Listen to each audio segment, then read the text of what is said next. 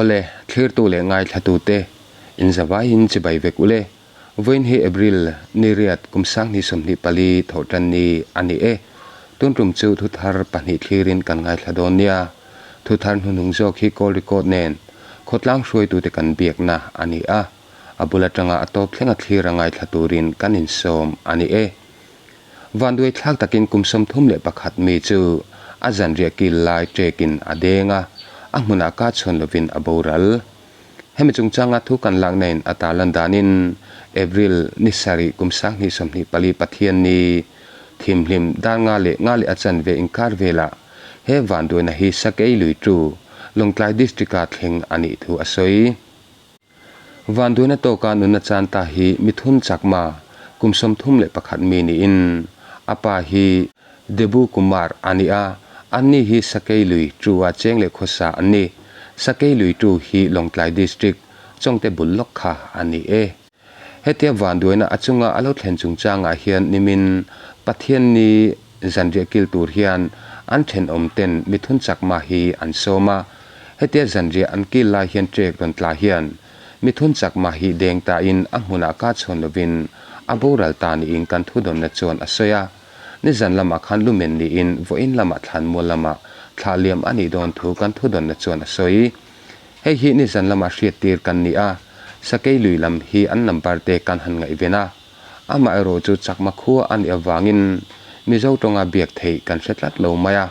tin keima ni lam hian chakma tong kan thiam bok si lova khati jong kha social media lama report kan hmu thei chu ni a thu chiang jok te tun tuma hian kan ron da bel thei lova clear tu le ngai thatu te in mi hriat thiam na kan dil ani e ole tuna chuan puchiar te a choilung chu karkalta pathian ni zana tangkhan chin hriat lovin abo ani a choilung khotlang mai ba ka hian khothen om sang ten azon na hi an thopui ani kha hemi chungchang hi report te po kan lo siam to a thei top chua an zon lain mu mai ani lova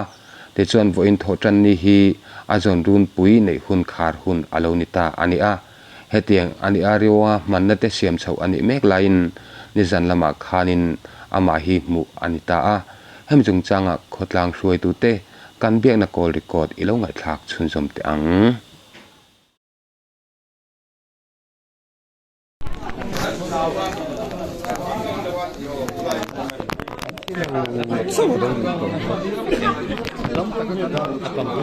dam takin kan huwa van lom om tak em o kan lom lutuk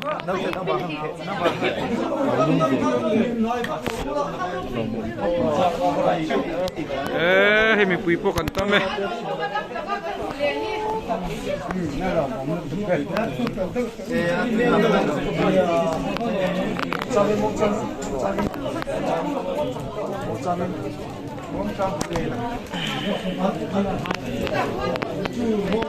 Ole bose lo beng sing su o min pom don ala thir tu le ngai thatu te tuna hianin cholung branch oime president pemsia kan be me ka puthiar te a chin hriat lova bo kha an muta ni in kan hria chumi chungchang a chuanin anin hmu dan te eng ang takin nge anin hmu ti lai te anena tang hian hriat kan han be se le lok kani e ole pemsia hun thadeu mai he min lo siam sak le theya kalom he mai a chibai le ole se bai le ale OPMC kha khotlang te tin kho che velten na sa tak maya in zon be puinan thak kha in muta ni te pon kalo hria pongai takin khami in mutak mi bo hanti tamai la kha kha aming pum le akumba ka khanin engtin nge in mu dan nung damin nge eng ang takin nge in mu kha teng lai kha minan sil mai thiem ole chiarte hi mani khan akum kha kalo soi fulo de bam o patia athen hen kum somnga paruk ni lom somnga pali zo ka ni ti te an lo amamo akum kha chu ang po ni sela chuan ni zan khan kan committee do na income ban khan oimeruna son kan ton don chia ti khan kan thian te kan committee pui te khan atang khan phone call ndonga pula ring lian hian avai te so thing la te kha bak tong lama hian thim mul deuh kan ti he thim deuh tut a hian bak tong lamin an theia motorin ti chuan an ron phone ta a hei kapu in mi bo ni om tak kha hei kan hua mau tiang sei ve pa ngai deuh hi a hola ke kor halova a ang khop mai a phone a khan whatsapp khan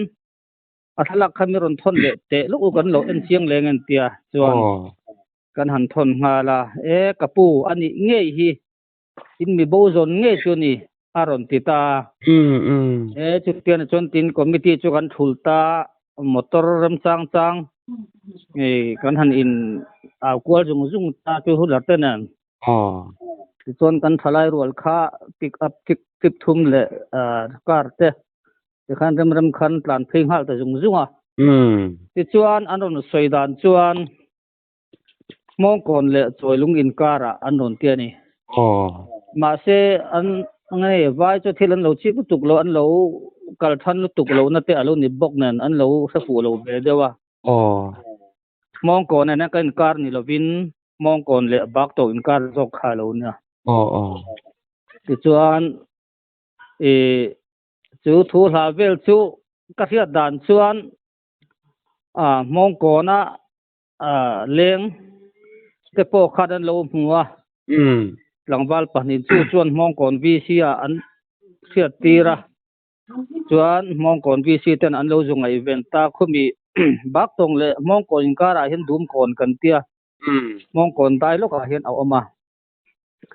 chu ta chuan VC ta chu le thalai te pon chu tlan thla ngal ta a tui khur hi a oma chu ta chuan tui lo in lai mek hi an zu muta ti chuan an zu in hruai ho ta mong kon VCP na ti chuan kan veng ho khan tlan phei ta engpo ni se thu chiang tak adi ma information kan puang don lo he kalo ngak a kei hata kalo duty ang kim ron thriat ti ro ka tia ole kan then vele kan ron thriat ti ranga a chiang chu an ron tina in kan mit nge kan hu ma chuan information kha ti lo ti ri lo mai rumin ron te min ron be se de ba ka ti chuan ti an han kala alo ni nge ya ni po ti chuan an ron suai ho phia engamo ei tur thang te leng engamo te kha an han ei tira an han ei ve ati chuan an ron suai phei ta an soidan chuan akal tha kha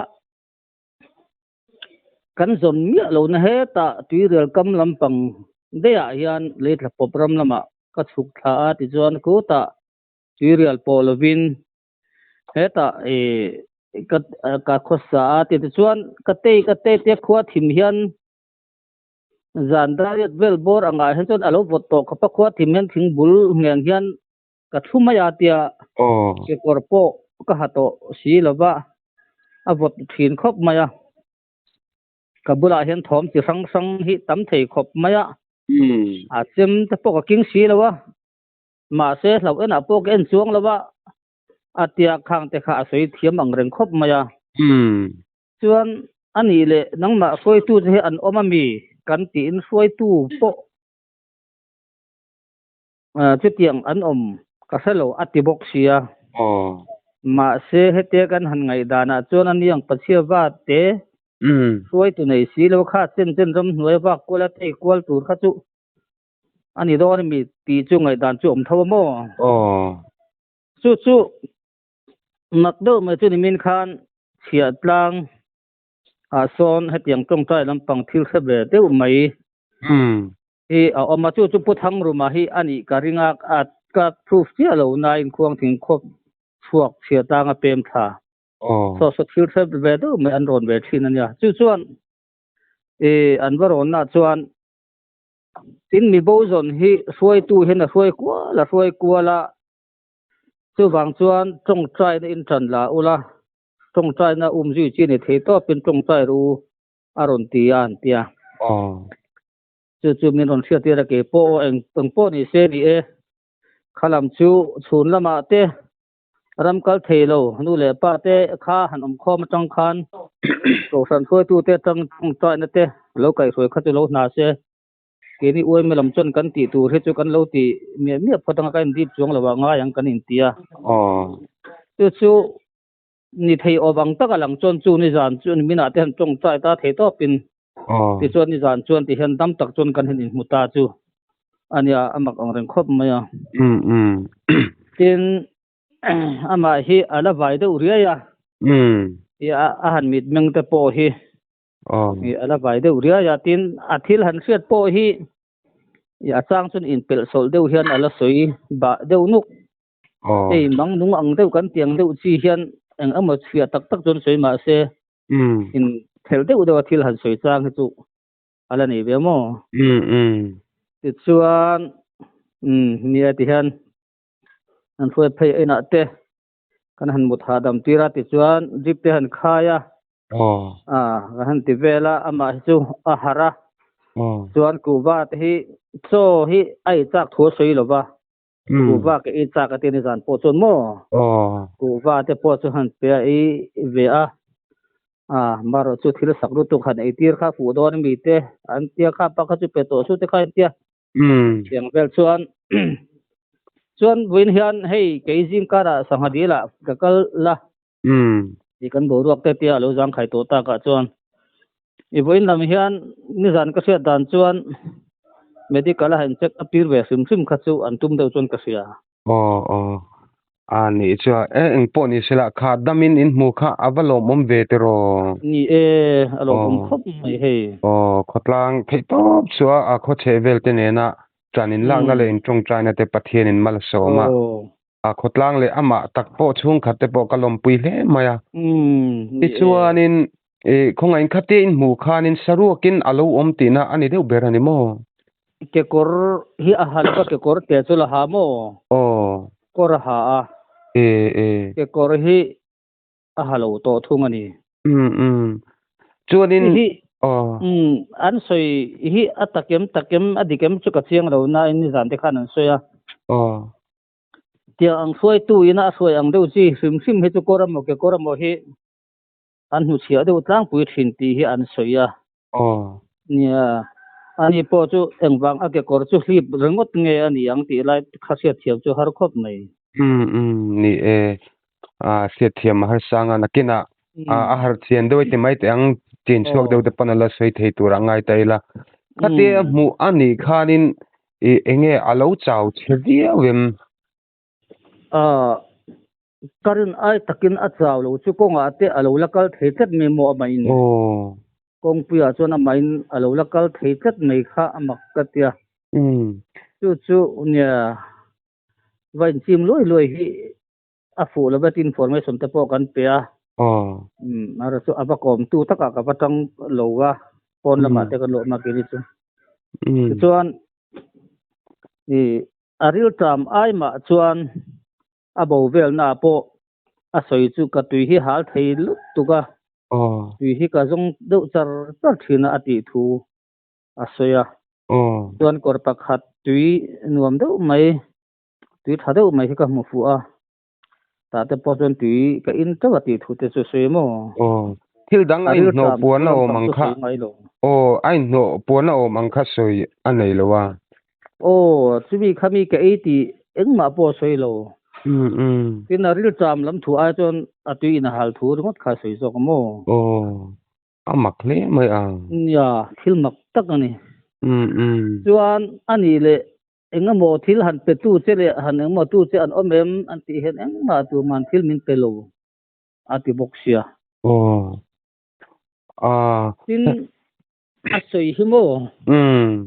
a invite dewa a soi doang khan a then na an soi ka hria ta chon in nuam dewa hian ka khosa ti ang reng te patling pakhatina a han soi la chon chu kan tha tho ani jan la la chon tiang khan nge ni ama hi nia soi ang deuh khan a vai deuh ve ma chu te chu ka tiamo ri ina a thil hria dan hi a chiang bak lo ni dang le hun danga khan ama kha hei mi pa ngai ril ru pa ngai phak san lo na kha anei itm kha nge nei lem lo nei lo wa maro chu nghe ni o kan tia kan ri ru pakhat om mai maya chuan ma lo khan sikutia hian an lo sexual palarin ni hian mo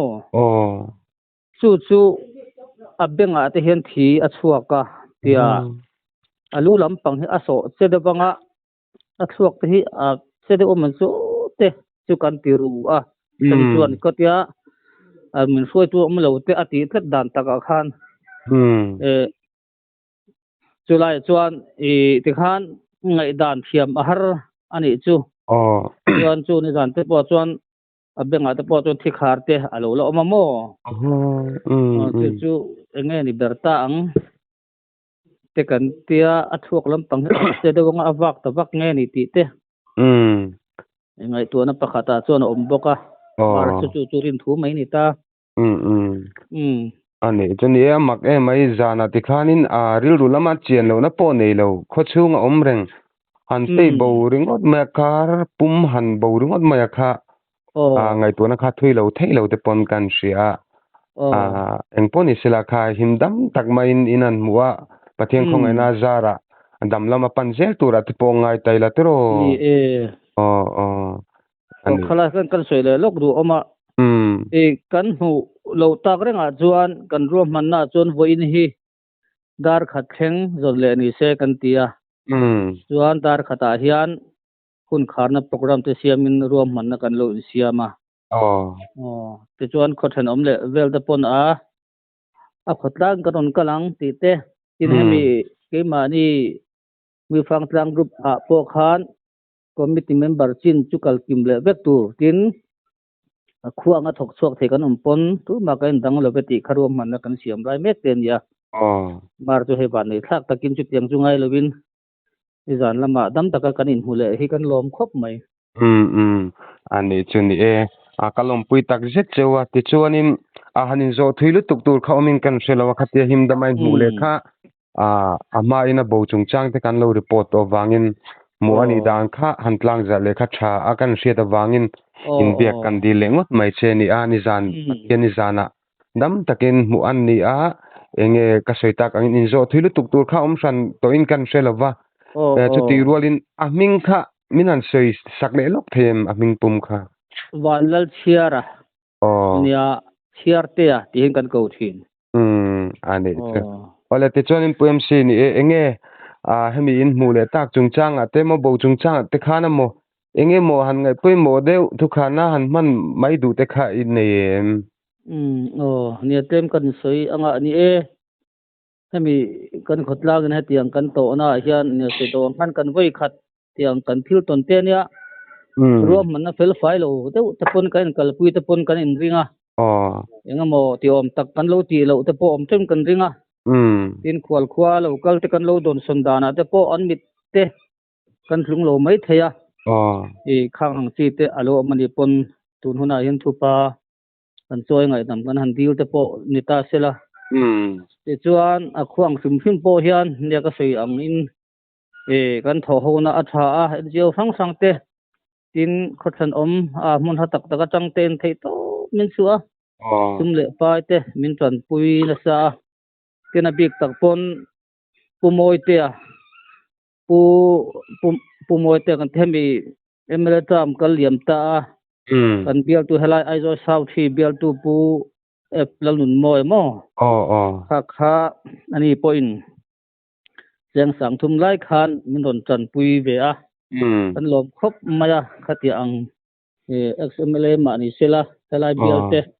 har san min don hriat pui kha kan lom khop mai a bik ta pon lom thu kan han se ti chuan nia hei nang ni lam te point heng kan khotlang har san nang chi te ya min don ngai pui mo em hi nang mani chunga po kan lom em ani ti kha ti kan soi tu bokani chu ani chuni van doi chunga hian lom thu soina tur tam tak om thine kan teng dewin lom thu kha sei tur kha ka pop chu chho chu chon kan ringa chu ti rualin keni channel vete lulte chunga te lom thin soi hi kan loma kan ron bet thin chewa hun thatak mino siam thin hi in chunga kan lom em zo kani ti an sei chungin ama nge po puchhe te po dam nam panje tura du sang na hlan chungin PMC a choi lung branch choi me president report vel fai tak min siam saka kapui chunga kalom lu tu ke o o ole ole ki di po kan lo me wale